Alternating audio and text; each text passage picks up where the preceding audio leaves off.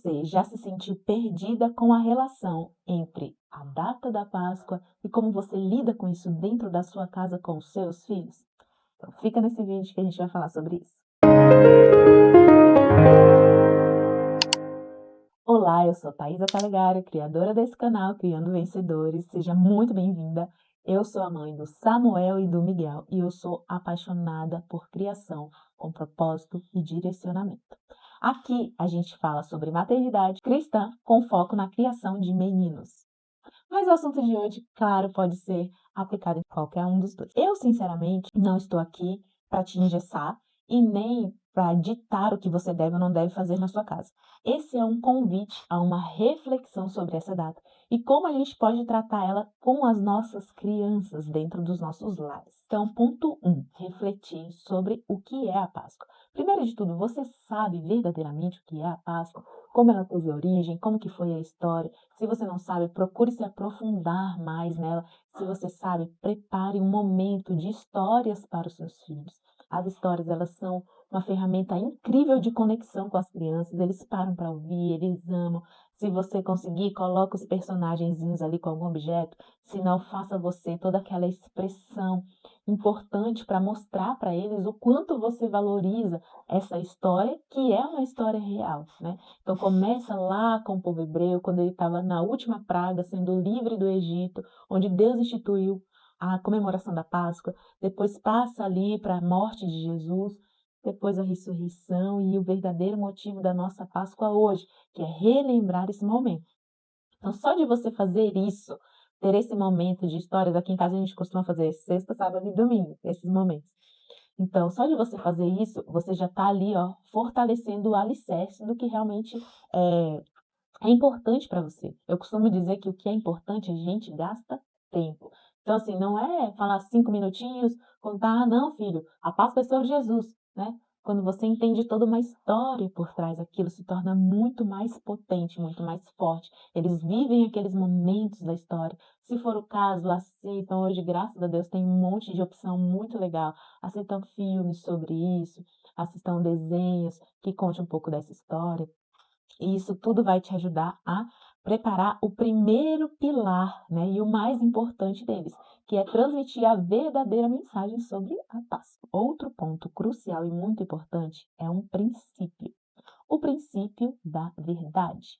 Tá?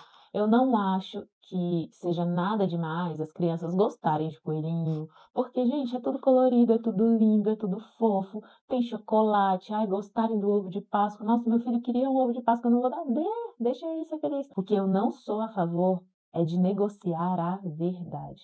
Então, infelizmente, o que nós vemos, né? Nós, às vezes, entramos nesse limbo de não, a criança está vivendo a infância, ela precisa ser lúdica, ela precisa ser mágica, ela precisa ser... Aí o que acontece? A mamãe vai e mente, conta para ele que existe um coelhinho da Páscoa e que o coelhinho veio deixar o ovinho e olha as pegadinhas, não sei o que, não sei o que. E mente para a criança. Um dia ela descobre que aquilo é mentira.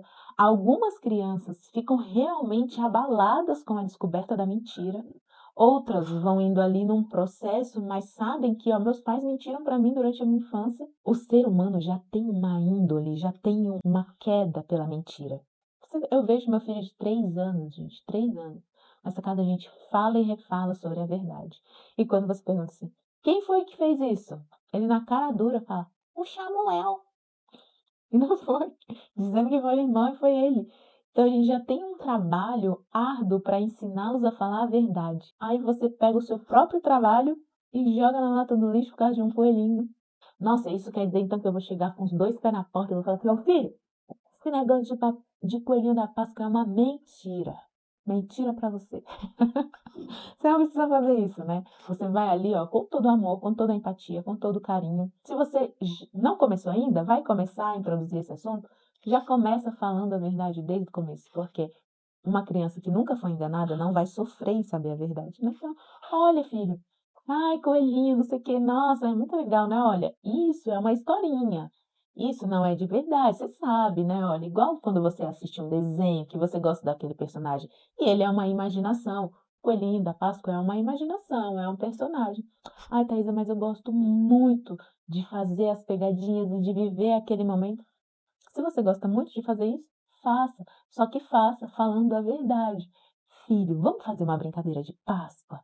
A mamãe vai deixar umas pegadinhas aqui e a gente vai brincar que foi o coelhinho da Páscoa que deixou essas pegadinhas. Se isso realmente é importante para você, faça. Se você, nossa, eu tenho memórias afetivas e tal, quero repetir, repita. Só que repita falando a verdade, em amor, com a maior ludicidade e acolhimento que você tiver em mãos, mas fala a verdade.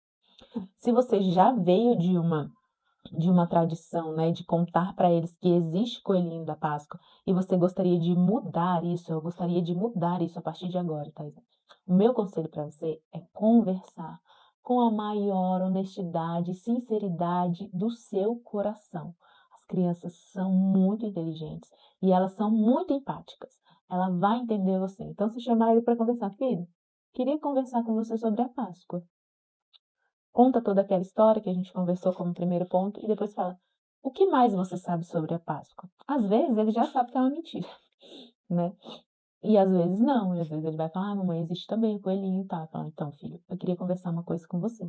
A mamãe estava enganada. A mamãe achou que seria legal eu continuar te contando a mesma história que me contavam. Porém, eu refleti, Deus falou no meu coração, e eu preciso te contar que, na verdade, esse coelhinho é uma imaginação. Ele não existe de verdade.